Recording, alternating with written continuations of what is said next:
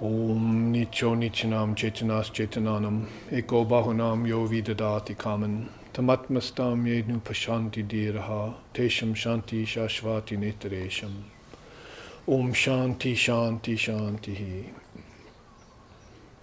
That one, the eternal among non-eternal things, the intelligence of the most intelligent ones, who, though ever one, fulfills the desires of the many. That one, the wise ones realize, is dwelling in their very self. To them belong peace and to none else. Om peace, peace, peace. May peace be unto us, and may peace be unto all.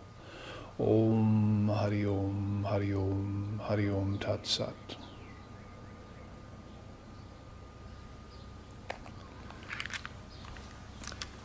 Now, good morning, everyone, as we meet here after our hour's meditation at the SRV ashram in Hawaii on the Big Island on a sunny morning. And we met here just before dawn, and now we are in the sunlight, the Hawaiian sun, and the birds are waking up, and we have a beautiful opportunity to wake up the Kundalini Shakti as well. And greet this morning as Nitya Sarga, as they say, to always acknowledge the eternal presence of Brahman in all things and all beings. And though that's a very subtle presence, needs to be brought out with some care. That's the purpose for meeting, that we can speak a little bit about the subjects that are dear to our heart. And of course, that means in Maya here, or in relativity, in the thickness of the soup of vibration that consists of billions of minds thinking together, and not all of them in the same direction, or even with the same intent or purpose. We like to try and give a divine turn to that intention of collective mind. That's facilitated by satsang. So we have changed the time of our satsang so that we can greet our mainland devotees and students and newcomers and enter into what's called Atma Vichara, inquiry into the nature of the self. The self here meaning not the individual self, but the indivisible self. A good distinction to make so that we don't be at odds with our brethren and of different religious traditions. We could all think about this profound nature of our consciousness and awaken our awareness, as we were just saying, this divine consciousness that needs to rise. Sri Ramakrishna said, like a hot air balloon. If our thoughts can catch that upward moving energy, that prana that's flowing, and remain aloft in high thoughts throughout the day, it's a very beautiful practice. Even that alone is sadhana, is a type of sadhana that can help illumine you, give you something to work for, strive for, and maintain and sustain throughout life. So if we can keep that mind buoyant, then we reverse its downward trend, because there's also a natural downward pull of the mind, tamas, or slothfulness, or lethargy, that happens to the mind too at times. Being one of the modes of nature, it's not really the fault of a human being, but it's just one of the dangers of taking on this body-mind mechanism. We feel that we're consciousness, we're not body or mind or any other kind of container.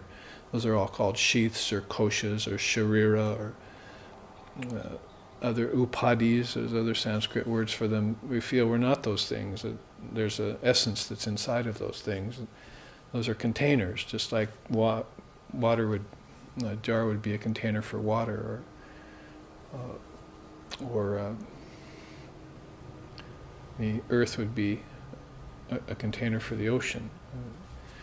So if we think about the difference between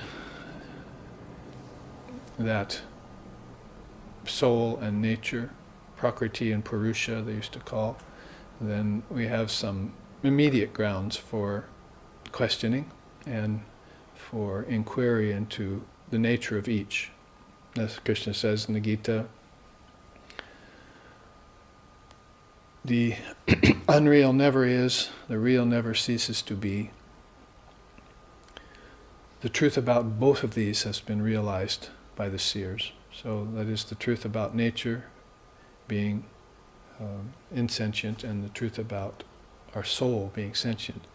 Both of those have been realized by the seers. So they know what they're not and they know who they are. So with that as a sort of preamble to give you your mind some early morning inspiration for the nature of spiritual life anyway, and before we launch into our daily activities today, and we hope to see you all for the live streaming class at 2:30 today, Hawaii time. Let's invite some questions from those students who are here and from students online if they want to write in too, and find out what answers come forth today. What is the first one? We have one here. We've been studying the Gita each morning after meditation, and also studying your chart on the dynamics of karma. And there's a line that keeps coming up, and I would just like to hear you say more about it. It has to do with performing action in the equanimity of yoga. And in the dynamics of karma, it has to do with burning action or burning karma in the fire of yoga. And I'm wondering, is this something that takes place during action, or can it ever take place after an action is performed, like when you're meditating on your day at the end of the day? Yes, the question having to do with karma and how it gets neutralized in action and also after action. So yes, the question would be yes on both counts. There is a way of, as Shankara put it in his Vivekachudamani, to stay close to the presence of Brahman. That is always, it's a formless ideal. It's not one of the easier ideals to hold, but in contemporary spiritual life of this day, we like to try and hold two ideals. That is, one of formlessness and one of God with form. That's sort of the cutting edge of spiritual life as far as I'm concerned in this day and age.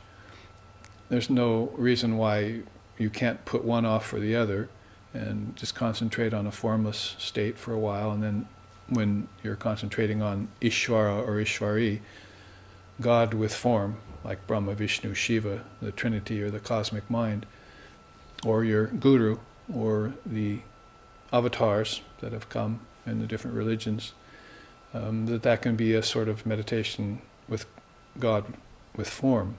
So those can not only be done simultaneously, but two ideals that can be held, in other words, but they can also be done individually. And in that act of meditating upon God with form, then there's certain actions that come up that must be performed, obligatory duties, Sri Krishna calls them in the Gita. So those we'd like to try and stay as close to the presence of Brahman as possible, seeing that Brahman is formless and inactive, essentially, and that God with form has form and is active, but the formless Brahman, we have to keep that sacrosanct and keep it pure as it is, indivisible and formless, essence, swarupa they call it. And then we realize ourselves as that in a formless state in meditation, and hopefully have those that higher samadhi called asampragyata by the father of yoga, or nirvana by Buddha, or nirvikalpa by Vedavyas, the founders and fathers of Buddhism and Vedanta and yoga. They each had a word for that highest non-dual samadhi. So if we can stay close to the ideal of formlessness, then karma, as it's moving day to day, as it's being accumulated or hopefully neutralized, then it can remain in abeyance. It can be attenuated and done away with.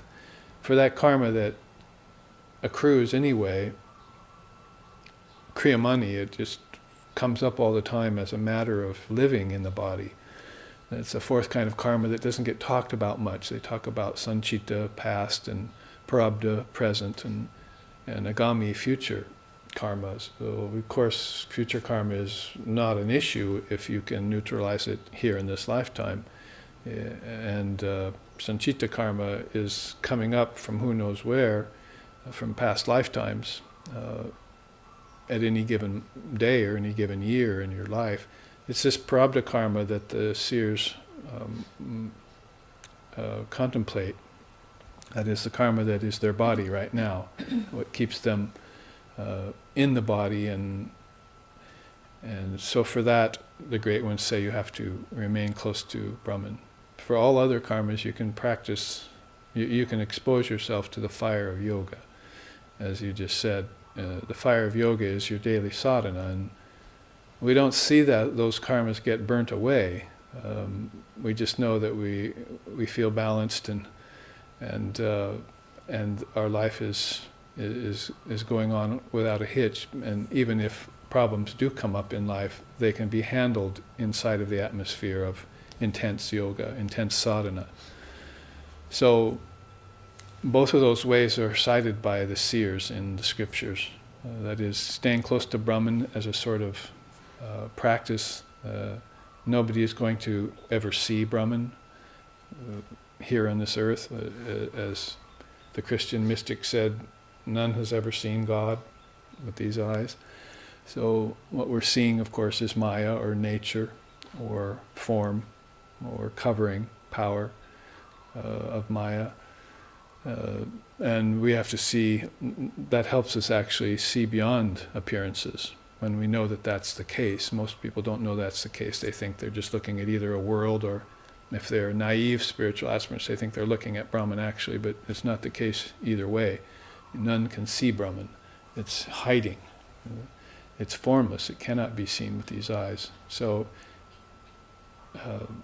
the karma that is very difficult to deal with is best dealt with by remaining close to the presence of Brahman. So you hold that as a formless ideal. It's an atmosphere you live in. It's called non-duality, or Advaita. It has names, but it's a very, very refined and subtle practice that one holds. Advaita Vedanta sadhana, sometimes it's been called, to give it a grand name. It's that karma that we see fructifying day to day, year to year, that we can deal with more easily, and we do that best with sadhana, austerity.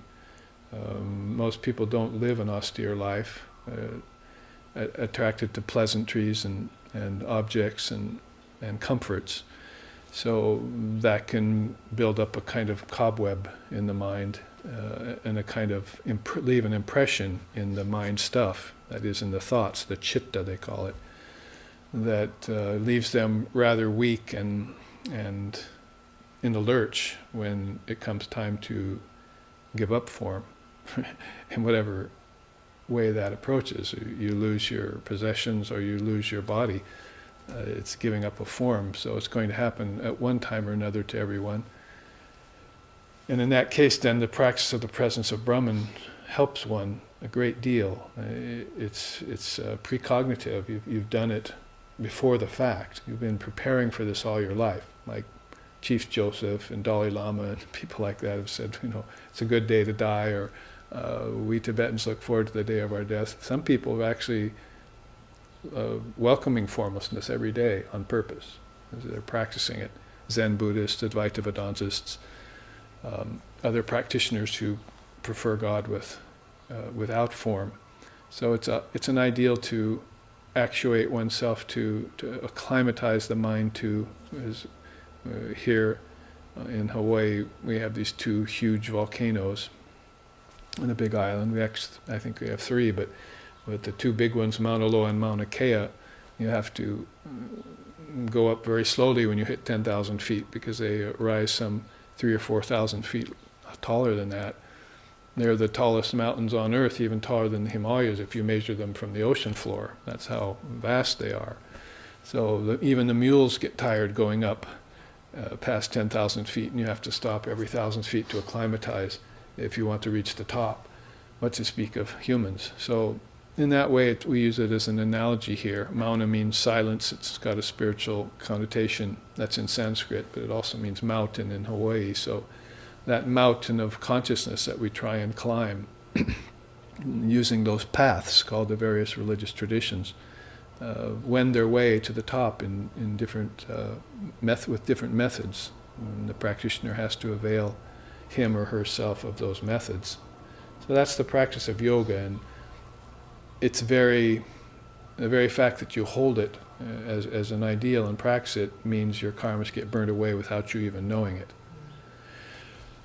They say, put a ball of cotton near a flame and poof, it's gone in a second. So karmas, they say, can be gone that quickly if you hold an intense sadhana. If you don't hold an intense sadhana, which would be more of the issue here, or more of the problem, then those karmas can accumulate, and you don't always, in the same way you don't always see them go away, you don't see them accumulate either.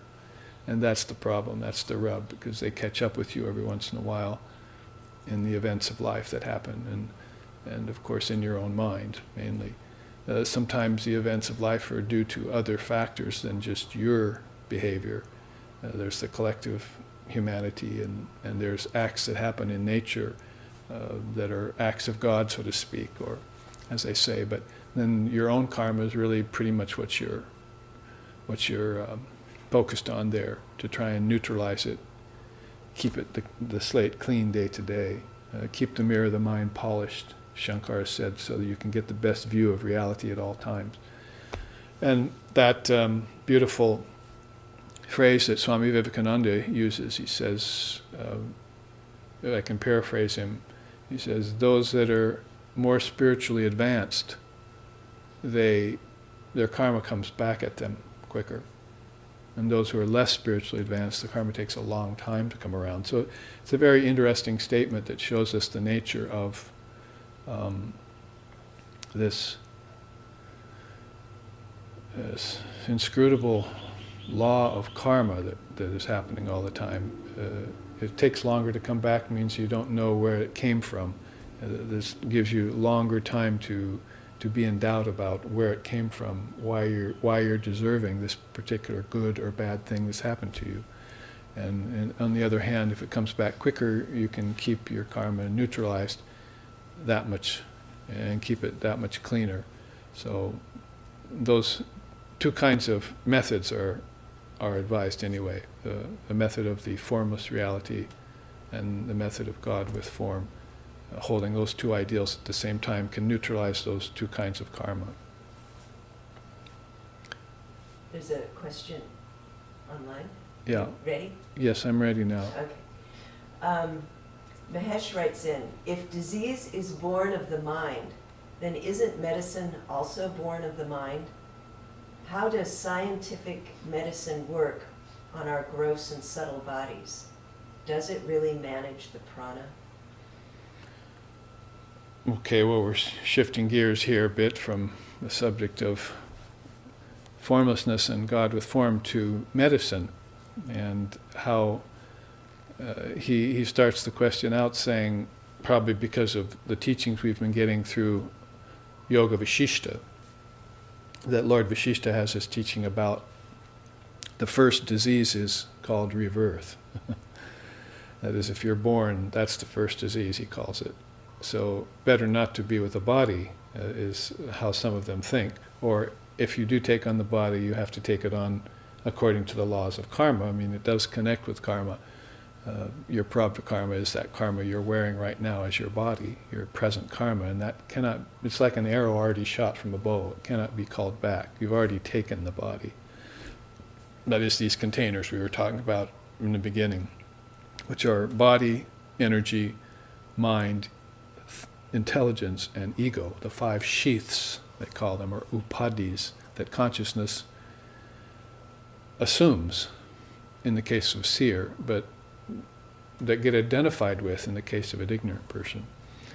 Whatever the case may be, then this how to deal with the illnesses that are already there in the mind. So the teaching is coming from the standpoint that all illnesses are really from the mind and then they get manifested into the body. It's a very uplifting way of looking at things rather than trying to just treat the disease as it is and at its effects rather than its cause. If you're tracing origins, you're pretty much getting to the root of all diseases, including embodiment. Embodiment in ignorance would definitely be a disease. Embodiment in full knowledge would be a divine life, and that could hardly be called anything but divine. So there's a pretty wide separator there, a pretty strong mark of demarcation between ignorant life and conscious life. Possibly conscious life doesn't really get talked about as much as ignorant life because there are so few people here who are really conscious of their true nature on earth, and so many more who are suffering from ignorance of their true nature or disbelief that such a thing even could exist. Or maybe they don't even think about it at all, which is why we have satsang, so we begin to think about things like that and bring them to the general public as well, hopefully, that there are other ways of thinking.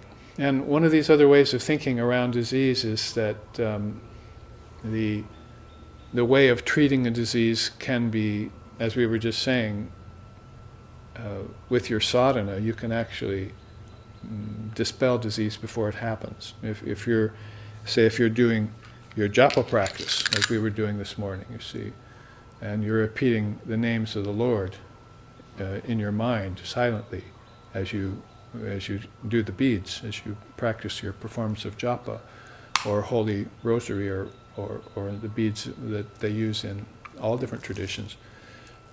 That's a practice that actually neutralizes a lot of karma without you knowing it. The karma, as I just said, it comes without you knowing it, and you don't know really from where, so it catches people off guard, and then they begin to suffer, and they have to put it together with this chain of cause and effect, that they can trace it back to negative thought, for instance. In that same teaching, Vishishta uses and the father of yoga also uses it, Patanjali, that klista vrittis are the problem, negative vibrations in the mind. If the mind is brooding all the time, then disease will come. As a matter of fact, it opens doors to disease coming into the body. But if, as we know by many of the yogis, the case of the yogis, they keep their mind in a very positive state and they think about nothing but God all the time. And even when tamasic cycles are coming upon the mind or untoward things are happening in life, which probably happens in the life of everyone, otherwise there wouldn't be a dark night of the soul for Christ or a meeting of Mara under the bo tree for Buddha. We're to think that these negative cycles come upon every mind, and that the spiritual minds aren't just all beautiful and blissful all the time, but they do have to deal with a lot of problems, maybe have to deal with more suffering. As Holy Mother once said, the spiritually conscious people suffer more than the worldly people, because the worldly people are sort of oblivious and into their pleasures until it comes along, and they suffer more like ignorant brutes, as it were. But the spiritually conscious person, their suffering is on two levels. Their suffering is for the collective humanity. As they watch them suffer, they suffer as a result. And they suffer because they know about the existence of God, and they're not with God yet. You cannot be with God if you're in form. There's a separation there. It's called 5 sheaths. You're going to have to walk through 5 doorways in order to be one with God. And when that happens, it's called Nirvikalpa Samadhi. You've gotten rid of the forms of nature, and now you're one and you're in a formless state. The only thing you can really compare it to if you don't know or don't have a meditation practice is deep sleep last night. That there was a time when you weren't dreaming and you weren't awake and you were in a very blissful state, and you have to somehow recall that to your mind. And the best way to do that is, of course, a meditation practice. Think about deep sleep. What happened to me? What happened to the me the I that I call me in that state of deep sleep last night? Where did I go? because now I know I'm here, and here's the 5 elements, and here's the body, and here's the bodies of other people, and nature all around me. What happened to all of that in a formless state? And how can I affect a formless state consciously without being in sleep, so that I know what's happening to this self? Those are profound spiritual questions, and also products for sadhana. They're methods you use, mental methods. Physical methods will help the body a little bit. So actually, that comes back to this idea of disease. The questioner also talked about, how does medicine, Western medicine, help our gross and subtle bodies? Well, it doesn't help our subtle body. Our subtle body, if we get it in order, will actually keep us from getting physical diseases. The subtle body is the mind, by the way. You have 3 bodies. A gross body, which is physical, made of bones and blood and so forth. All the constituents that are there in the body that we know all too well through medical science. And then we have a subtle body, and when they say subtle body, they mean your mind, because it's a kingdom of heaven within you. It's a whole series of kingdoms of heavens within you. So you have this mental complex that is an amazing piece of work of nature, of unmanifested nature. And of course, on that level you would call it the brain, but then the seers want to draw a distinction between the brain and the mind. When you're not so fixated on the brain and its workings, which is basically just intellectualism at the highest, at best is like intellectualism and so forth, but you go to this spirituality, this spiritual station, all of a sudden you find out that this mind is consciousness. And consciousness is the spiritual essence of things. And then you're all taken up with that all of a sudden. And you're thinking, body and brain, get thee behind me, it's time to consider this mind. That's the subtle body. So the questioner asked, how does medicine help the subtle body and gross body? It can only help the gross body, and that from the outside. So whether you talk about the prime disease, according to the seers, is rebirth, taking on a body, because the mind is what creates bodies, as Krishna says in the Gita, and other teachings have told us. The mind can create as many bodies as it wants, and it can also withdraw them. So the mind is doing this projecting and withdrawing all the time, and the husband and wife and the fetus and the growth of the body and so forth is all on the physical level. It's called the physical cause. But there's a subtle cause to things that preempt that are anterior to the physical cause. That means it came before. And that all comes out of the subtle cause, your mind, subtle body. The sukshma sharira, they call it in Sanskrit. This is the stula sharira, the gross body. The sukshma sharira is the subtle body. And then you have a causal body too, called the karana. Karana means cause, original cause. The karana sharira. So those are the 3 bodies that they've known about from time out of mind in India. So they don't think of themselves as just one body. And in fact, when they see the 3 bodies, they don't think of themselves as any of the 3 bodies either. There's a witness looking on and operating the 3 bodies. And that witness is never subject to disease. That is Atman. That is Brahman.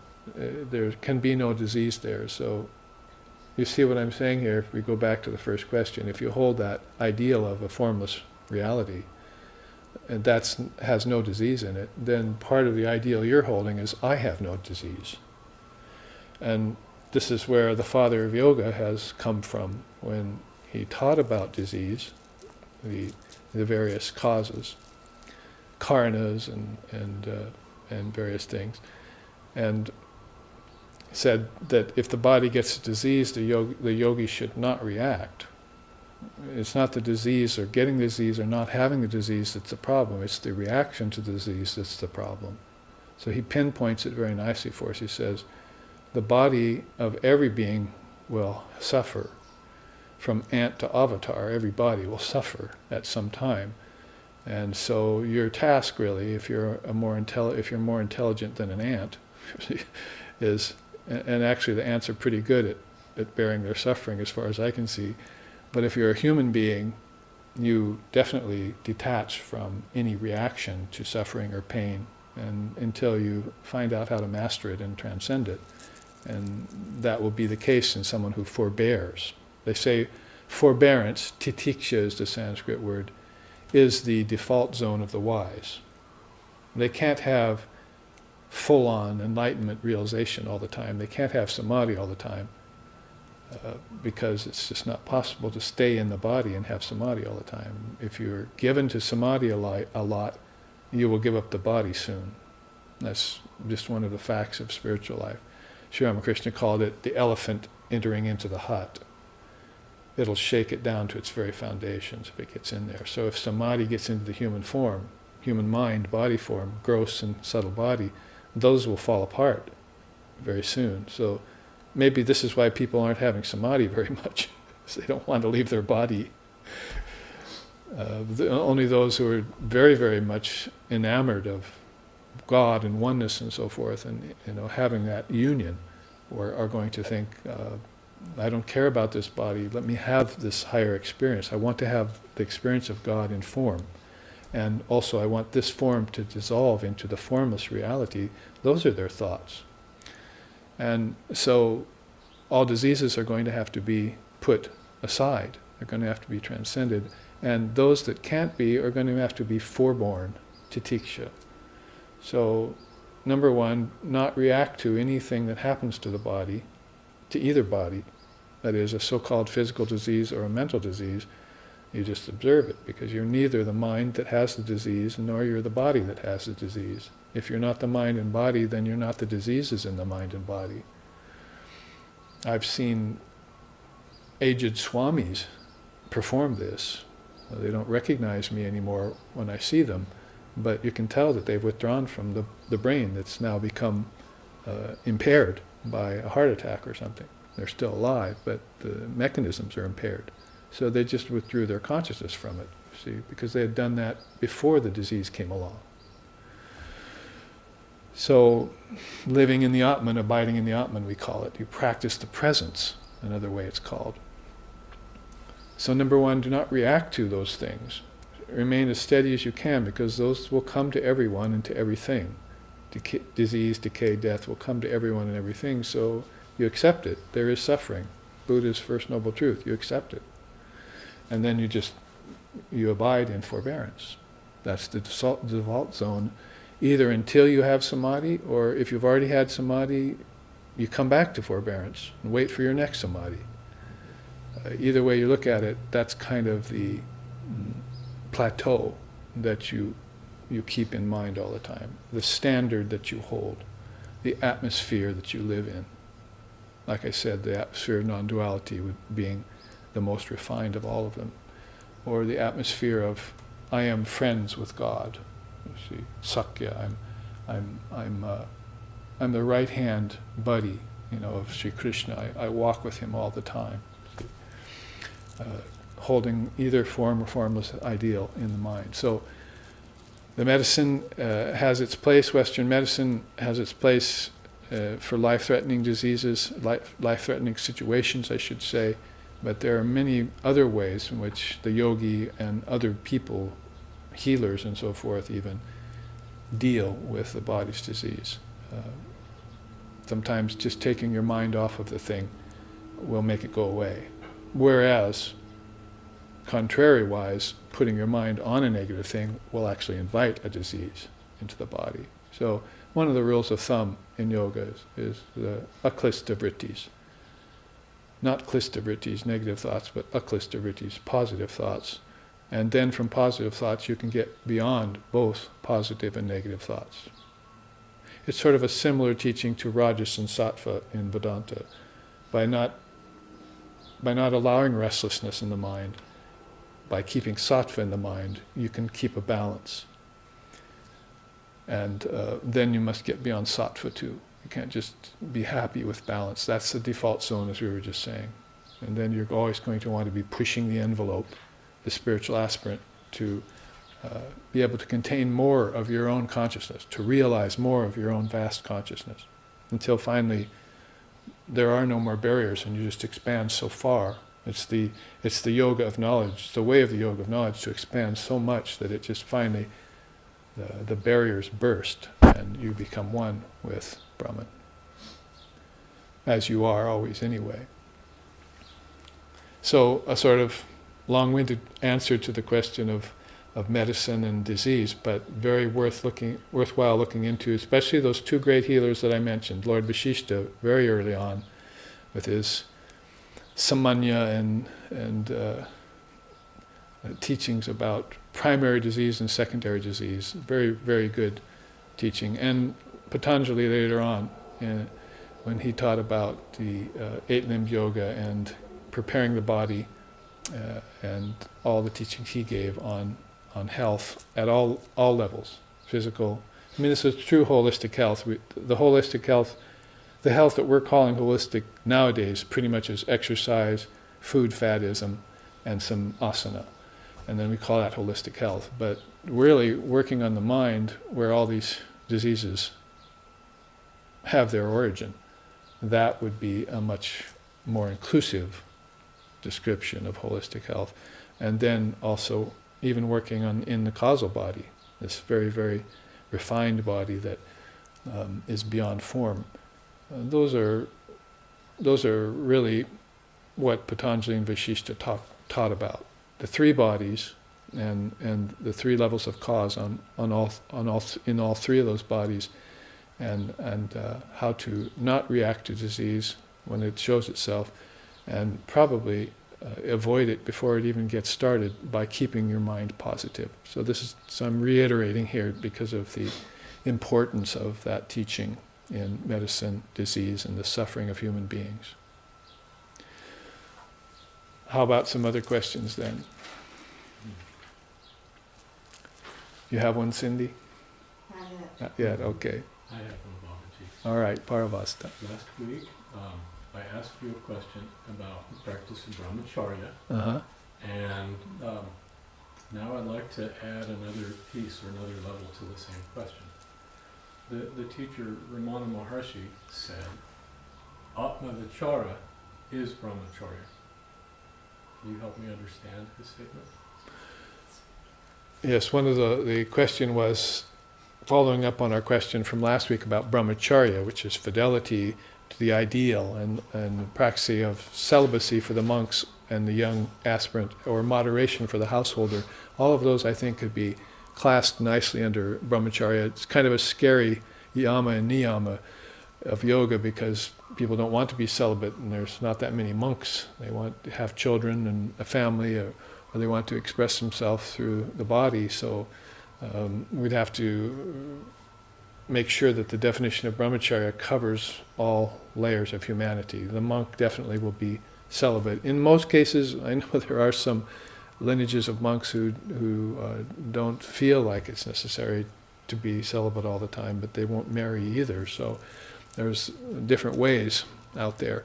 But then most monastic lineages, celibacy is called upon for brahmacharya, and then for monasticism, for sannyas it's called. And then there are the householders who want to keep it dharmic. They want, like Sri Ramakrishna said, after the birth of one or two children, the wife and husband live like brother and sister. And that's probably the best way I've heard it put in modern times. After the birth of one or two children, husband and wife should live like brother and sister. So to practice the Dharma and to raise dharmic children, if there are no children, to then spend more time in spiritual life. You're probably very fortunate in some ways that you don't have children, so that you can give more of your time in this life to spiritual practices. There are many lifetimes, and as I said, the mind produces many bodies. They're mind-born children too. Actually, we're all mind-born children, we just don't know it. So anyway, covering that expanse of a definition for brahmacharya, then the question now is, this week, to sort of follow up on that, is that there was a comment made, if I understand right, that Atmavichara is brahmacharya. Is that what you said? One teacher had said that, and he read it in the book, I think. So, Atmavichara is brahmacharya. Well, of course, it doesn't take a spiritually facile mind much trouble to draw conclusions anywhere. Connections are, to me, what spiritual life is all about. You can connect anything in spiritual life. So to draw a correlation there would mean Atmavichara means self-inquiry, and brahmacharya means celibacy or moderation. So if you are concentrating on the wisdom teachings, Atmavichara, that is, if you're going to satsang, if you're going to holy company, if you're going to classes, and you're pretty much keeping a standard of jnana yoga, like I just said, if you keep your mind in a positive vein, then diseases won't come. So here's another connection. So how do you keep your mind in a positive way? Do you just go around and say, oh, it's a happy day, whistle a tune? That's not going to work, is it? It maybe work for a little while, but you're sort of, as Vivekananda said, covering the dead carcass with roses. If suffering is the first noble truth, then you cannot cover the fact that death is hiding behind every form in this world. Or as Vivekananda put it, and I don't mean to be too morbid here, because he had a whole other side to him, which was, of course, all Vedantic and all realization and all illumination. But his negative teachings, which are very important, as we know, these negative teachings are very important to us. He said, the minute you're born, you're rushing towards death. Everything is rushing towards death the minute it's born. So birth and death, birth, life, and death, a triputi for you. But then there's also eternal life, which means you never were born. You just assumed a body. So this is getting more toward the Advaita and the non-dual, how to be born free of ignorance, to live free of ignorance, and to pass away free of ignorance, knowing that birth, life, and death are all phases of one timeless essence, that like an ocean with waves rising on it and falling, the waves are never born and they never die. They just surge and lapse, surge and sink in turns. Millions of them, billions of them. And that's happened ever since I started talking half hour ago. Is that dozens, probably hundreds of souls have been born, and that many have also passed away in this ocean of consciousness that we all inhabit together. There's nothing outside of it. It's all one indivisible consciousness, like the ocean.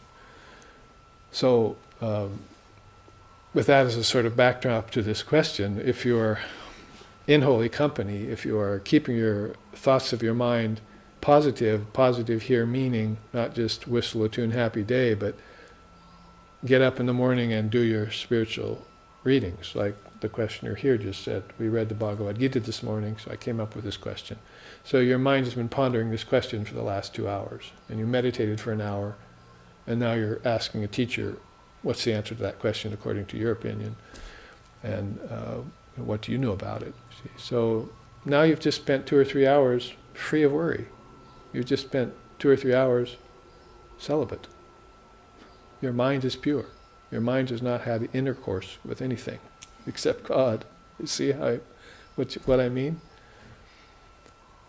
It's not just the body having intercourse with another body that makes sexuality or that makes you brahmacharya or not brahmacharya. It's really the mind. It's fidelity. That's why I've been calling brahmacharya fidelity ever since I learned yoga.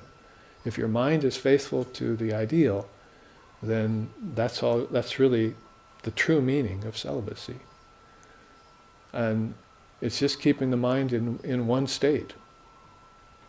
Sthiti pragnasya, Krishna calls it, about 6 or 7 times he mentions that in the Gita. It's one of the most oft repeated teachings in the Gita. Sthiti pragnasya. A man or a woman or a yogi or a yogini of steady wisdom. What is steady wisdom? Keeping their mind on the teachings all the time, at least to begin. Sukshma dhyan. You're meditating on the subtle meaning of the scriptures. It's an open secret to the seers. They know that this is a pat way of approaching God, of keeping their minds pure. There's just no better way than that. And you, as Ramakrishna said, dip your mind in that ocean of teachings every day until it just remains saturated, pliable, malleable. It'll do anything you want because it's so saturated with teachings. So you just keep your mind in the teachings, that's all. And you don't need to have a book for that. In fact, the next accompanying yama to brahmacharya is swadhyaya, the niyama of swadhyaya, right? Swadhyaya means study of scriptures. So how about being faithful to the scriptures? How about having the brahmacharya of swadhyaya? See? I'm going to have intercourse only with the scriptures. And so I will memorize. Swadhyaya means to memorize those teachings. So we've memorized so many slokas and sutras, and, in SRV over the 20 years we've been in existence. So some of us can go about memorizing. So we don't need a book. We can just go in and Zen koan-wise, it's like the Advaita koan. We can go in and just unwrap it in our minds. And it's the same as this. You see, this is the Bhakti Jnana way of doing it. See, Bhakti Jnana Raja way of doing it. This is 3 yogas right here. It's devotion to God, it's wisdom of what the mantra means, and it's meditation on the mantra, isn't it? And there's a little action there, but not much, see. And there's not much action in here either going on, unless you're in that sukshma jnana phase. You're unwrapping the wisdom. So, as long as you keep your mind on the japa, then that's that way of keeping the mind focused. Therefore, celibate, pure, dedicated, therefore free of disease. And put these down and pick up a book. If you pick up the Gita or the Upanishads and memorize that, that's the jnana way of doing it. It's fidelity to an ideal. Everyone needs an ideal. And I started off today's satsang saying the 2 greatest ideals are God with form and formless reality. And they're not opposed to each other. Otherwise there would not be such thing as oneness or Advaita. They're complementary to each other. You get to the Father through the Son. As I've been putting it, you need friends in high places when you start meditating. There are karmas in there that you're going to have to work through before your meditations get full of light and blissful and all that. And even after they get full of light and blissful, you still have sufferings. You're just more able to bear them. They seem less concerned to you. Oh yeah, I went a little suffering yesterday. It was nothing. You see. You're not pining about it, complaining about it, pissing and moaning, as my brother used to say. You have a positive attitude about it, so it goes away quicker. You laugh at it even. You laugh at your suffering. So that kind of fidelity, one-pointedness, steady wisdom, continuous japa practice, all of that is brahmacharya, and all of that is also atma-vichara. That's how I would connect them, and probably could go on connecting them for hours. But let's go to another question. But just for clarification, is brahmacharya mean fidelity? Yeah, brahmacharya usually in the traditional, conventional way, in yogic way, it's one of the 5 yamas, observances, and it's called upon the youth, particularly the young person, has to be celibate in order to study and practice. Because what he's studying and reading and practicing at such a young age will help this energy that's usually so unguided and sometimes misdirected in youth to come up the spine, to come up, to rise and be sublimated and be used for higher purposes. So they want their youth to be pure. I've said that before. I was born in 1950, so I saw some of the 50s and 60s. And in the 50s, as compared to the 60s, there was still a sort of an ideal held about the youth being protected and not having sexual relations at all.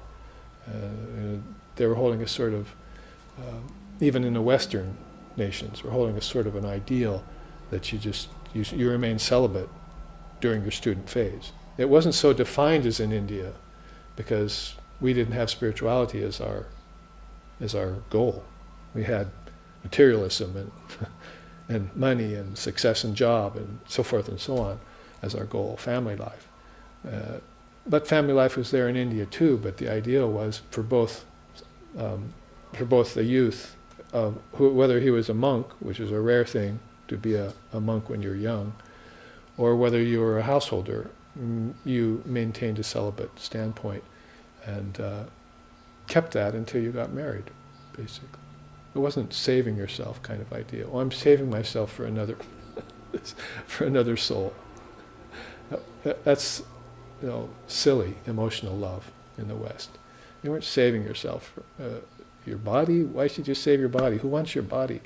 If they knew what your body was like, they wouldn't want it. They should know what their body's like.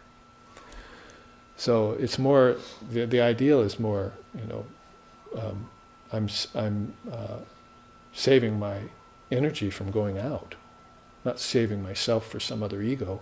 I'm saving my energy from going out through the senses, because yoga has always known that by retracting that energy and storing it out, you get ojas. Ojas gets you tejas. I mean, that's been a teaching that's been there since the tantric times, ancient India. Ojas is spiritual energy, and tejas is spiritual energy refined by sadhana that turns into light. Tejas means light, shining. Spiritual light. The light that you see coming out of a Buddha or a Jesus, even out of their pores. You'll put sunglasses on when you're around those, spiritual sunglasses on around those beings, because they shine. They shine with tejas, which is the light of intelligence. Bodhi, Buddha. He was well named. He's shone with intelligence. So yes, long-winded answer to your question. Conventionally, it's celibacy, but you can see how many deeper ramifications it has. The youth, particularly, were keyed into. They were pinpointed for it. Oh, you should be celibate, and I want you to do while you're studying, because then none of that energy will leak out. It'll all be given to involution, to sublimation. However, there are some people who will go on and maintain it their whole life. Like my teacher, 93 or 94, he was a celibate all his life. At least from the time he took sannyas. I don't know about his earlier life, what his leanings were, if he even thought about marriage, but he took sannyas at a very young age and kept it all his life. So maybe that's why they train the monks in Sri Lanka or India at a very young age, or at least nowadays I was noticing they have these, I don't know what they call them, schools for monks, and they start them very young, 5 Yes. or 6, so that they get the idea. yeah, she's saying that in Sri Lanka and Tibet and places like that, you find these very, very young boys who are monks already. They train them from a very early age. They'll never be given to anything but monasticism and spiritual life. Of course, if you concentrate on anything, you're going to get the fruits of what you concentrate on. So if you concentrate on wealth, you get those fruits. But we know that those are finite fruits, and sometimes attended with a lot of problems. If not problems, a lot of responsibilities that take your mind away from seeking enlightenment. And that's the problem with the householder today, particularly in the West, but probably all around the world now, because most of the world is turning into the West as far as what it's seeking, what the world's seeking right now. But yes, if you concentrate on materialism or matter, you get that. And if that's what you want, like Holy Mother used to say, they come to me and they ask me for things. They asked me to pray for things to God for them, because they knew she was enlightened. So would you please, could I have a child, or where I haven't found a husband or wife yet, or whatever. They come to me and they ask for those things, and they get them, and they go away and they're happy with those. But where's their devotion to God? What happened to their devotion to God? They came to God to ask for these things. God gave them to them, and then they forgot God. So It's one of the downsides or drawbacks of living in relativity in Maya. What you concentrate on, you'll get. God will give it all. But to saint and sinner alike, we might have noticed, they all get what they want. But it comes with a price, karma. Karma is the real God in this universe. There's no other God but karma in this universe, unless you find a soul like her, or some living example of spirituality. Then you see God manifesting there in the form. But they're there to help you refine your energy. So they're going to say, practice a little celibacy.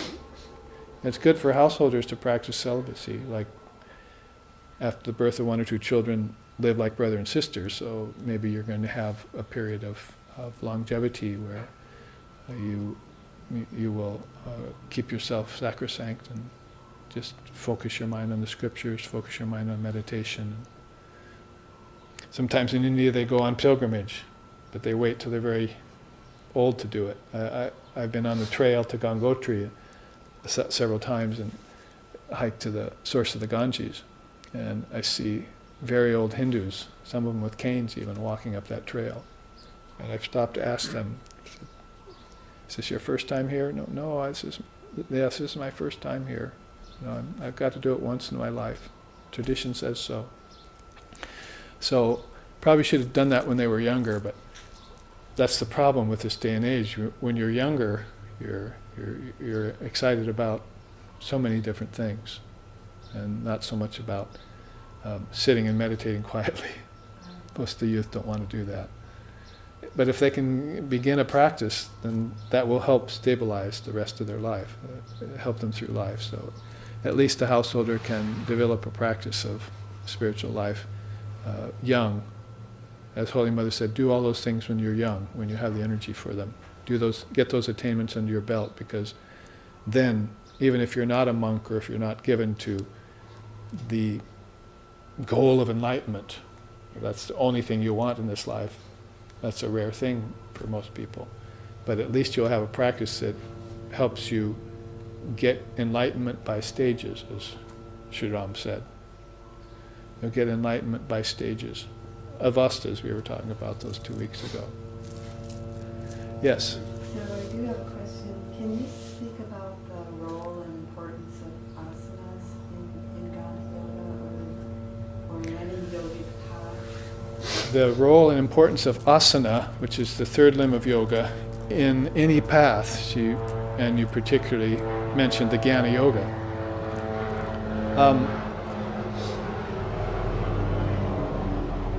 Well, the way I've been teaching it lately is called manasana. In Jnana Yoga, your asana is mental.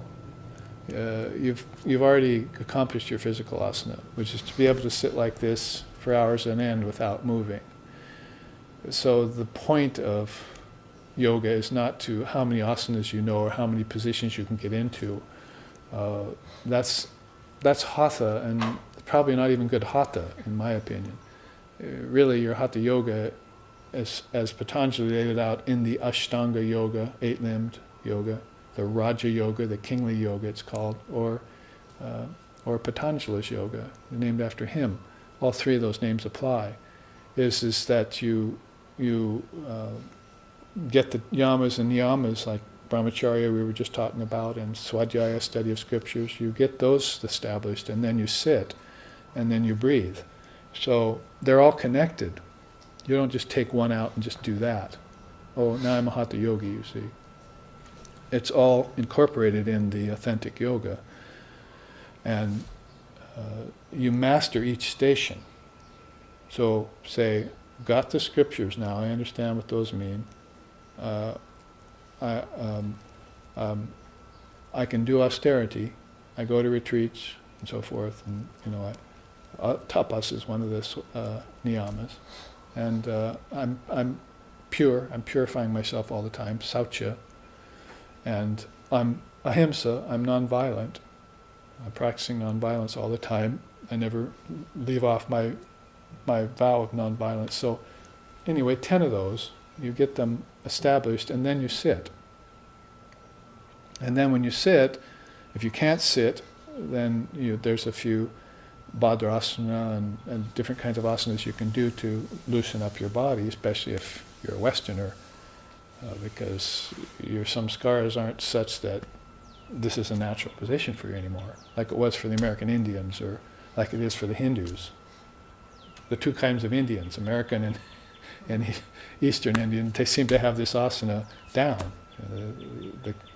But even our Western kids, they'll sit like this. And if you just tell them, just straighten the spine a bit, they tend to slump. So that's their bad habit. But even kids can sit, they're pretty flexible. So what happens to the limbs, especially the legs of a man, because women usually don't suffer it as much, what happens to the legs of a man as he grows up? They just crystallize, and he can't get his knees down anymore. He sits like this, and they're just all constricted. So yes, there are certain exercises you can do to open that up, to relax it. The whole point being to be able to sit right so you can breathe naturally. Because if you're like this and like this, you're not breathing very well, you see. You're breathing like a dog, panting in and out, or you're constricted breathing, like a person with emphysema or something. So you open all that up, and you master the first 4 limbs of yoga, and that's the beginning. That's setting the foot on the path, and then the 5th limb of yoga is going to be your greatest challenge. Mental asana. Pratyahara is really the beginning of mental asana. It means I'm going to have to deal with these objects, externally and internally. Now, if I've been raised right, externally shouldn't be a problem. I'm not attached to objects. They're just in my life. I can move amongst the objects of the senses without being attached to the objects of the senses. I can be in the world but not of it, as they say nowadays. So hopefully that's been taught to you, so that objects are just something you caretake, or something that you utilize in a detached way. But the internal objects is really the problem there, because you can't get rid of certain objects, thoughts of certain objects in your mind. It can be anything from a attachment to the beauty of nature. Oh, look at the pretty trees. Oh, look at the pretty ocean, which makes you forget God. Or it can be worse. It can be brooding, negative brooding on objects that you don't have, or things that you had that were taken from you or stolen, or relationships that with certain beings that didn't work out, so they still haunt your mind. So there's a whole plethora of objects in the mind that Pratyahara wants you to get rid of. So you have to attain a certain mental posture. So that's where physical posture gets mastered. You're done with it. You don't have to worry about it anymore. You start working on your mental posture. And that brooks concentration, which is the 6th limb. 5th and 6th are crucial. If you get the 5th and 6th limbs under wraps after having mastered the first 4, then meditation and samadhi should not be a problem for you anymore. It should happen as a matter of course. Because concentration will be one of those things that will lessen and neutralize and destroy karmas. Concentration on, you understand, concentration means samyama on anything. You're not just restricted to one thing. Oh, I can concentrate on the subject of mathematics. You've taken concentration and you can apply it everywhere. So once you've started an asana practice of postures, and you attain that level where you can sit and meditate and have the spine straight, then you don't really need to continue asana practice? The question is, once you've continued, once you've started an asana practice and you've mastered it, you don't need to continue it? Yes, that's my opinion. You never need to go back to asana ever again as long as you have ekasana, one posture. Not if you're seeking enlightenment. If you're a Hatha yoga teacher, you're probably going to have to keep this in order to teach people, but where's that leading is the question. How are you leading people to what yoga means union. Are you leading them to union with the body? Or are you going to lead them to union with the mind, which is pratyahara and dharana? Or are you going to lead them onward to union with spirit? Holism, holistic, the real holistic yoga. Using them all and taking them up to the goal. Gatam, Gatam, Paragatam, as Buddha said. I've gone beyond all other goals to the supreme goal. That's the apex of spiritual life. So it depends on, what you're dedicated to, where your fealty lies, where your brahmacharya is. So Hatha Yoga as a way of settling the body into ekasana, one position, is going to be something that once you've mastered, then you don't need to return to practice it again. You could use it again if you know something about it. Get an injury, do something. But there are other things other than asanas. There's isometrics and there's other things too that people use to get energy flowing through the nadis. Basically what you're doing is you want energy flowing through nerves that have been damaged or that have been, granthis, knots have formed in them. That's the teaching of Patanjali too, granthis. There are knots in the physical nadis. They're causing physical disease, dis-ease, not just some outright, sickness, but dis-ease. You're not comfortable. Patanjali says, Anga me jayatva is one of them. I can't get my limbs comfortable, They're not even hurting that much. I just can't get them comfortable. You see, they're not right anywhere. So they make you just sit and practice, keeping them in one position. Anga means limbs, and so all of a sudden you're not able to feel right in the body. Shasha prashvasha is another. It means uneven breathing. I can't settle my breath. So there are these problems with body and breath, which are basically should be taken care of with asana and pranayama. But once you've taken care of them, don't stop there. That was to get your body still and your breathing even, in breath even, with out breath, with held breath, all of them even. You should breathe in the same amount that you hold, and then breathe out the same amount and hold again at the bottom. Rechaka, Kumbhaka, and Puraka. Puraka, Kumbhaka, and Rechaka. So you breathe in, you hold, and you breathe out. If you practice your breathing, which is what the Buddhists want you to do in the beginning, and is what the Vedantists want you to do in the beginning, and is what the yogis want you to do in the beginning, but they're not mentioned later on. They don't say, the wisdom of the scriptures is based on asana and pranayama. It's based on a mental asana. So you never hear it mentioned again once it's mastered. Except for students who are coming up who have problems. So it's good to have knowledge of everything. Sri Ramakrishna said, a variety store owner knows a little about everything. So to have a little knowledge about everything in this world is a good thing. So you should know some things about health and healing and things you can do to help people. But Holy Mother said, once you've started Hatha Yoga asanas, it's probably not good to give them up all at once. You should fulfill that. But she said, you don't need them. Her opinion was you didn't need them at all. Swami Brahmananda said, this will take care of everything that asana and pranayama do, without the dangers of asana and pranayama. So there are other opinions out there than this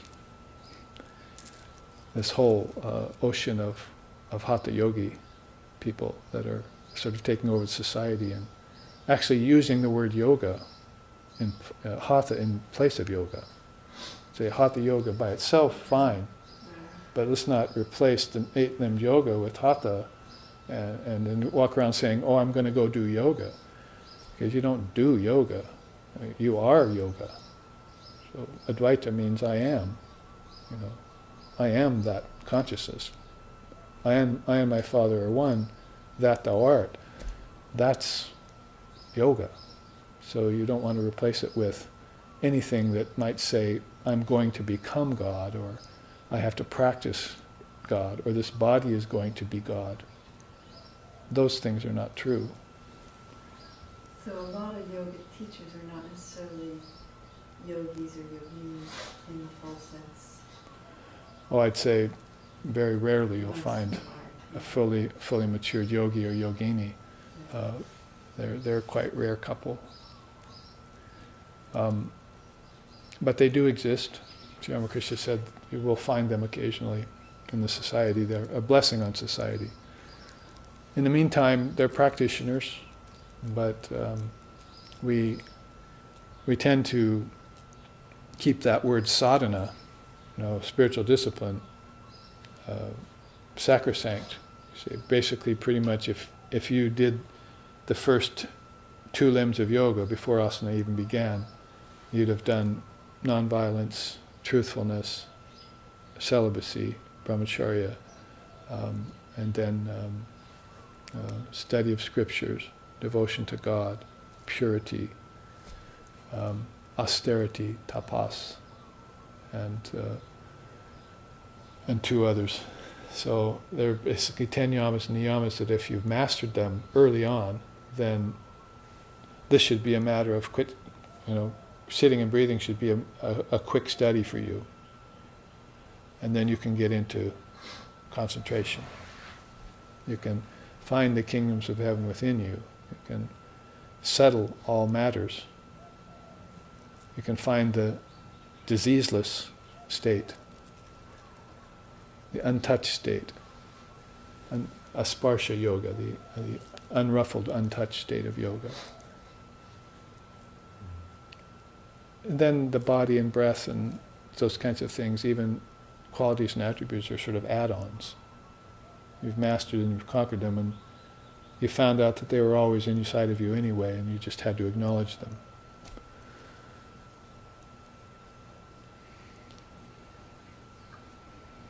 So early life, asana and pranayama is a good thing. The Buddhists have you do some pranayama when you first get into the Dharma, into the Sangha.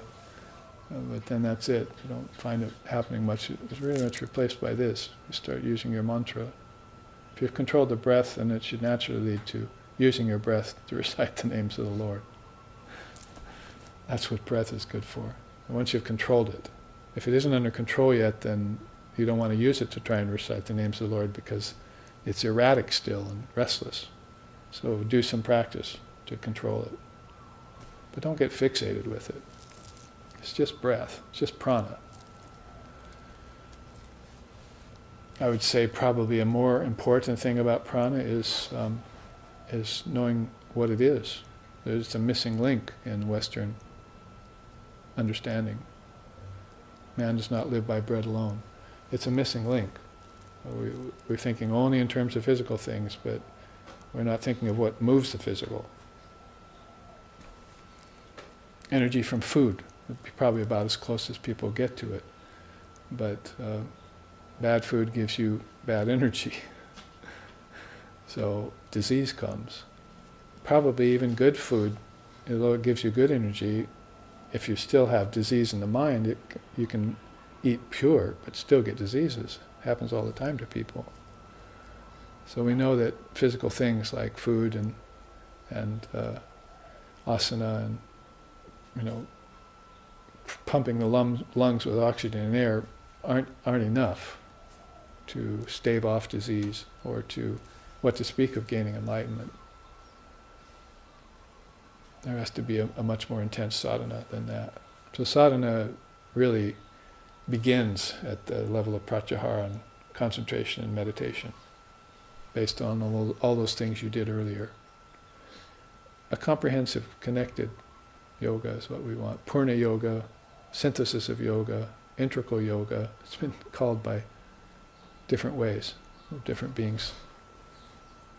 So I think I'm getting the notice here that we have run out of time for our broadcast, and I hope to see you later on in the afternoon today in in probably about 6 hours or so when we do our third installment of the class called Advaita of the Avatars. That is how the great divine incarnations of the different religious traditions of the world stay in that non-dual state, and how they describe it, and how they work for making it possible for us also to attain that state of non-duality. Sthiti pragnasya, steady wisdom, or equanimity, upekshanam, however you put it in whatever tradition or whatever language. It's very highly cherished by the seers and saints, sages. So with that, we will move on to that class this afternoon, and I thank you all for being present, and thank you for your very intelligent questions.